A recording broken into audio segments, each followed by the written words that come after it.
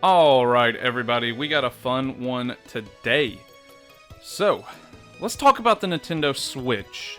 The Nintendo Switch has had an excellent, almost unprecedented run through its mainstream retail relevancy.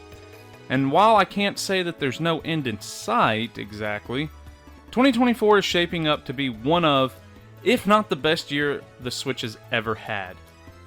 Now, even though we're getting a couple of Mario games like Paper Mario, Mario and Luigi, and Mario Party, the lack of Mario Odyssey 2 or even DLC for Mario Odyssey 1 stops me from saying this year is a 10 out of 10. It also looks to be devoid of Pokemon and Kirby, two of my other favorite Nintendo franchises. Still, that hardly stops me from putting this year in the upper half, and who knows, with the possibility of some stealth drops later in the year, maybe we haven't even seen all that Nintendo has to offer us this year. So I'll wait till January to cast a verdict on this year as a whole, but come January, this video may be outdated. With that in mind though, which of the nearly 8 years of Nintendo Switch would I say is the best? Well, today we're going to take a look at just that. Each year of the Nintendo Switch has surely offered some highlights. I don't think anyone is saying 2018 is the best year of the Nintendo Switch, but still, Super Smash Bros. Dropped and was a Goliath, a behemoth right from the jump. 2020 was much maligned due to the onslaught of re-releases, and you can watch our video titled In Defense of Nintendo Switch Ports to get a better idea of what the attitude was back then with all the re-releases. But it also had Animal Crossing right at the start of the pandemic. It was just released at the perfect time. People were locked in their homes and they really resonated with escaping away to their fantasy island, so to speak. 2021 was probably a low year for me. I only grabbed 2 games, Skyward Sword and Super Mario 3D World, which were both ports, but others would say that Metroid Dread alone makes 2021 one of the better years of the Switch. So I guess what I'm getting at is even in down years, the Nintendo Switch still has something killer to play. Something worthy of making you proud to be a Switch owner. And all this brings into question, what was the best year the Switch had? Personally, I'd like to focus on 3 different years and sort of deep dive into them. So let's get started. And before we get into this list, don't forget to subscribe and like the video. It means a lot, guys. It really helps a growing channel. I appreciate everything you guys do for the channel. Alright. 2017. I don't care what anybody says, 2017 was a landmark year for gaming. Nintendo made gaming fun again when they launched the dual-purpose Nintendo Switch. Now you can play on the go or on your TV. I'm not going to recap the launch and development cycle of the Switch, we're just here to talk about games. So let's do that, there's plenty of good ones here to talk about. We'll start with Breath of the Wild logically. The game drops alongside the Switch, and for the first time in arguably a decade, you felt like you were missing out if you didn't own Nintendo's latest offerings, and, well, I should know. I didn't get the Switch until 2018 with the release of Smash Bros. And man, did it kill me looking at the lineup of 2017. Breath of the Wild was dead set on reinventing Zelda. And it did just that. Gone was the formula. It was open world now. It was the talk of the gaming world. There were Breath of the Wild clones, that's right. Zelda was now a genre in the same way that Google is now a verb. And if you thought getting a new AAA mainline Zelda title was enough for a single year, 2017 doubled down, giving us a new Mario game as well. Super Mario Odyssey. Arguably my favorite game on the Switch, I think it still holds up. Super Mario Odyssey is just a culmination of everything that makes platformers great. I love that game dearly, and it'll probably be my favorite Switch game for the rest of time, I guess. The game is just borderline perfect.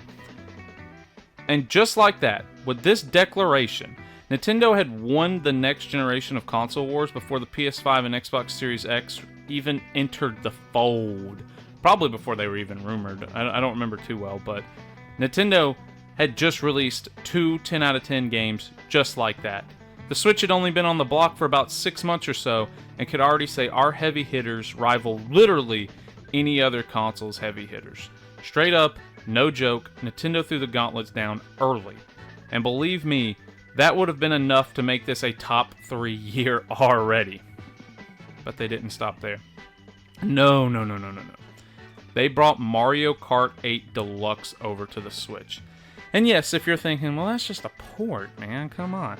It added new characters, new modes, new courses, and was put all the existing DLC onto the cart. Not to mention, it's still receiving updates to this day.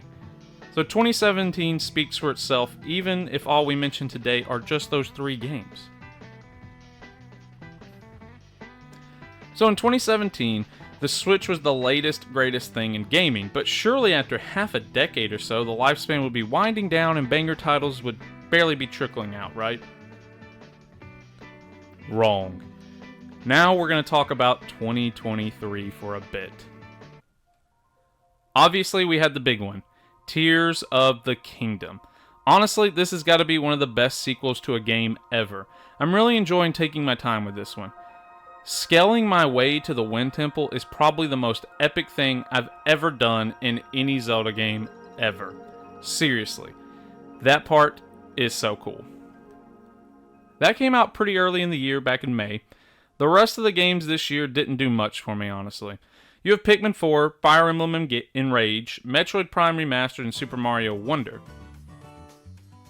Even though those games didn't do a lot for me, I can still acknowledge that that year had so much to offer for so many different players that it's just a great year. I mean, Super Mario Wonder was kind of a big deal there at the end of the holiday season. My wife loves Pikmin 4, and there's plenty of Fire Emblem and Metroid fans that this year really had a lot to offer everybody, even if all I grabbed was one game.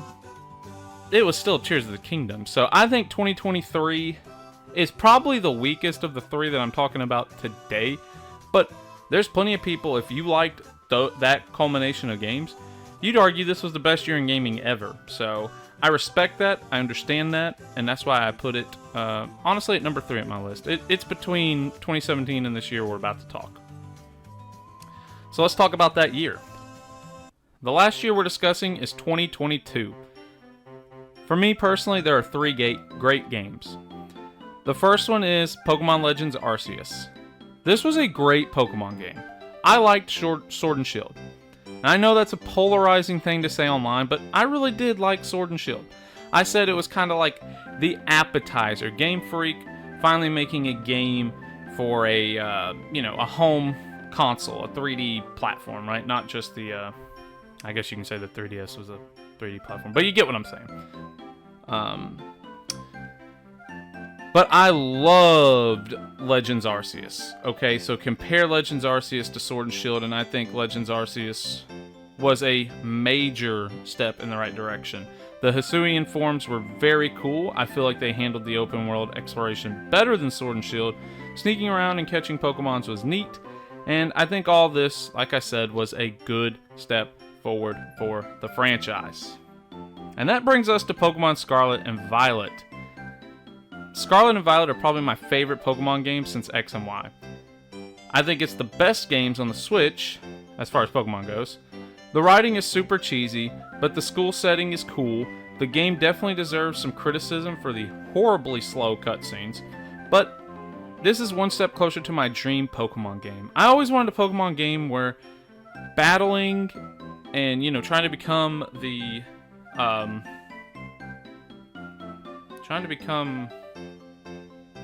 the Pokemon Master. Beat the Elite Four, the champion.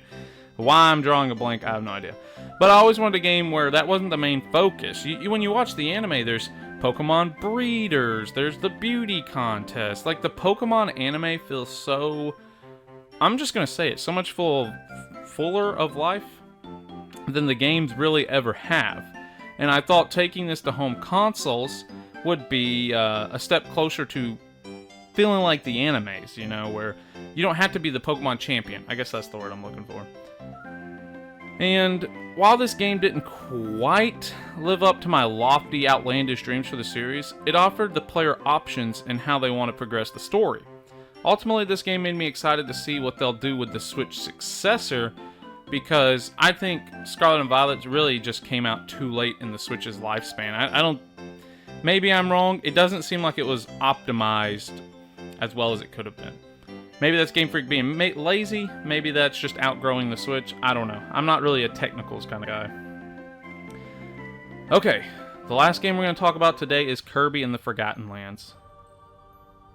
And this is a 3D platformer that just made me fall in love with gaming all over again.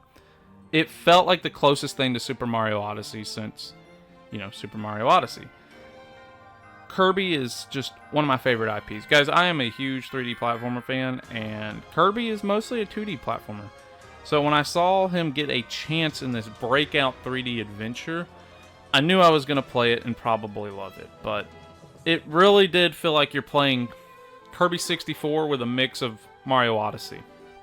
And it's just a phenomenal game. It really is. They nailed the 3D adventure.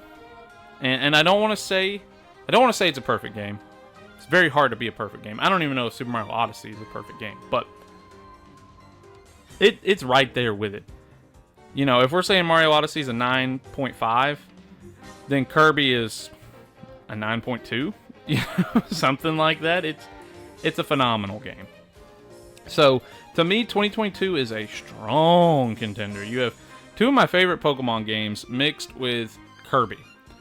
That's why it is a strong contender. And those are just the games I played. There's probably even more games. I don't remember. Those were the games I was playing during 2022. But needless to say, 2022, very solid year. Okay, so in closing, what year are we going to give it to? I will say, it wouldn't be a particular year, but there was a time when I was doing Let's Plays pretty seriously on the channel, and there was a killer run of stuff, like Dragon Quest XI got ported to Switch, Spyro Reignited came out, which I think might have been 2018, I could be wrong about that, but I remember pre-ordering it. A Hat in Time got brought over to the Switch, Lucky Tale got brought over to the Switch. Did I mention SpongeBob Battle for Bikini Bottom? So there was this time period, 2019, 2020, where, I was loving the Switch. I was making content over the Switch. I was doing Let's Plays over Switch games. And that was a great time. I was living in the moment. I was pre-ordering games. I was live streaming games. It was a great time to be a Switch owner. But I can't say that time period really rivals 2017 or 2022.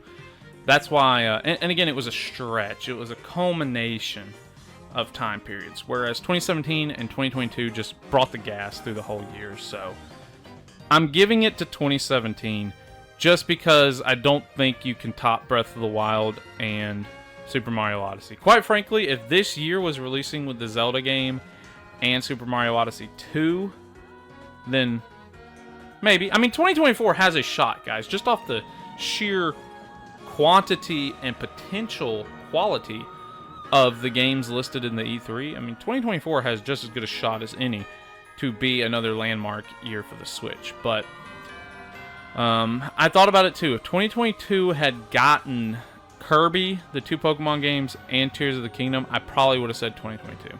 But Tears of the Kingdom coming out in 2023 isolated that year for me. Again, other people are going to tell you, I listed all the games that came out in 2023, at least the major ones, and someone's going to tell you, you got Pikmin, you got Fire Emblem, you got Metroid, you got Zelda. That year alone takes it. So if you're going to say 2023 was the best year of the Switch, dude, I absolutely get it. I will not argue with you. It's just for me personally, Breath of the Wild and Super Mario Odyssey are just too much. Then you have Mario Kart. I think you have Xenoblade Chronicles 2. Again, I didn't own a Switch in 2017, so I kind of just remember Odyssey and Breath of the Wild, but no doubt those are the big three to me. Let me know down below, what was your favorite year of the Switch? And again, don't forget to subscribe, guys. It means the world to me. Peace out. Have a great rest of your day.